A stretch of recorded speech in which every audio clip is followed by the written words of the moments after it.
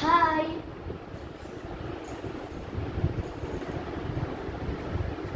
പരീക്ഷ വരുന്നുണ്ട്, എഴുതാനും വായിക്കാൻ കുറേ ഉണ്ട്. മദ്രസക്കും സ്കൂളിൽ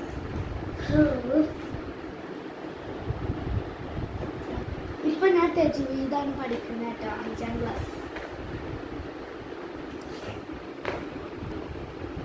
നിങ്ങൾ ഏത് ടൈമിലാണ് പഠിക്കണമെന്ന് കമന്റ് ചെയ്യണം കേട്ടോ. 2ാം ക്വസ്റ്റ്യൻ എഴുതി കഴിഞ്ഞു. എഴുതാനില്ല, വ്യക്തമായി വെച്ചാ